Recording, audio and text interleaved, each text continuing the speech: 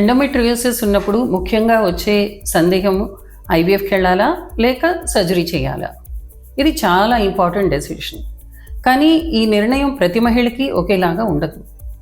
మరి ఏది చేయాలి అనే దాని మీద ఆధారపడే ఫ్యాక్టర్స్ ఏంటంటే వయస్సు, అలాగే ఎగ్ రిజర్వ్, ఓవరీలో ఎగ్ రిజర్వ్ ఎంత ఉంది, అట్లాగే పెయిన్ సివియారిటీ ఎలా ఉంది, వీటన్నిటి మీద కూడా ఆధారపడి ఉంటుంది. మరి ఐవీఎఫ్ చేయాలా, సర్జరీ చేయాలా, ఎవరికి ఏంటి, దీని నుంచి వచ్చే ప్రోస్ ఏంటి, కాన్స్ ఏంటి అనేది ఒకసారి దాని గురించి ఆలోచిద్దాం. సర్జరీ ఎవరికి అవసరం అంటే ఈ ఎండోమెట్రియోసిస్ సివియర్గా ఉన్నప్పుడు, పెయిన్ సివియారిటీ ఎక్కువ ఉన్నప్పుడు సర్జరీనే ముందు ఫస్ట్ చాయిస్ కావచ్చు. మరి దీనివల్ల కొన్ని ఉపయోగాలు ఏంటంటే ఈ ఎండోమెట్రియోసిస్లో చాలాసార్లు స్కారింగ్ ఫామ్ అవుతుంది. సో ఈ స్కార్స్ ఫామ్ అయినప్పుడు ట్యూబ్స్ చుట్టూ ఎడిషన్స్ ఉండి ఎగ్ పికింగ్ మెకానిజంలో ప్రాబ్లం ఉండొచ్చు. సో ఈ సర్జరీ చేసి ఎడిషన్స్ రిలీజ్ చేసినప్పుడు న్యాచురల్ ప్రెగ్నెన్సీ అవకాశాలు కూడా పెరగవచ్చు.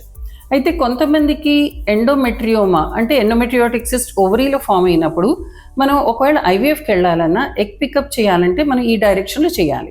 సో ఇట్లా చేసేటప్పుడు ఇది మనకు అడ్డొస్తుంది కాబట్టి ఒక్కొక్కసారి ఈ ఎండోమెట్రియోటిక్ సిస్ట్ని రిమూవ్ చేసినప్పుడు ఐవీఎఫ్ ప్రయత్నం కూడా ఈజీ కావచ్చు.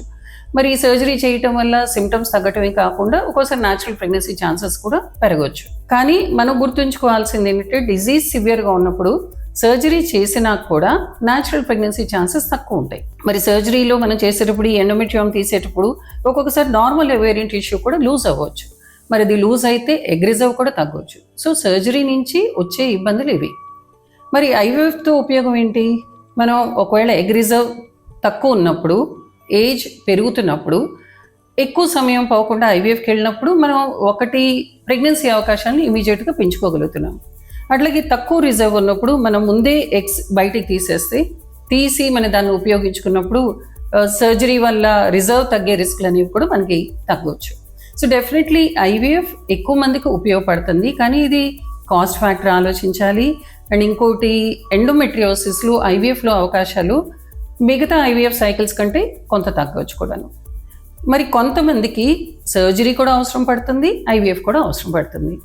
సో ముఖ్యంగా మనకి ఎగ్ రిజర్వ్ తగ్గుతున్నప్పుడు సర్జరీ చేసినప్పుడు ఇంకా ఎగ్ రిజర్వ్ తగ్గవచ్చు. కాబట్టి ముందే ఎగ్స్ మనం బయటికి తీసి వాటిని ఎంబ్రియోస్ లాగా ఫామ్ చేసి ఫ్రీజ్ చేసుకుని తర్వాత సర్జరీ ద్వారా మనం పెల్విస్ని కరెక్ట్ చేసుకున్నాక ట్రాన్స్ఫర్ చేయడం కూడా జరుగుతుంది. సో కొంతమందిలో రెండు కూడా అవసరం పడవచ్చు.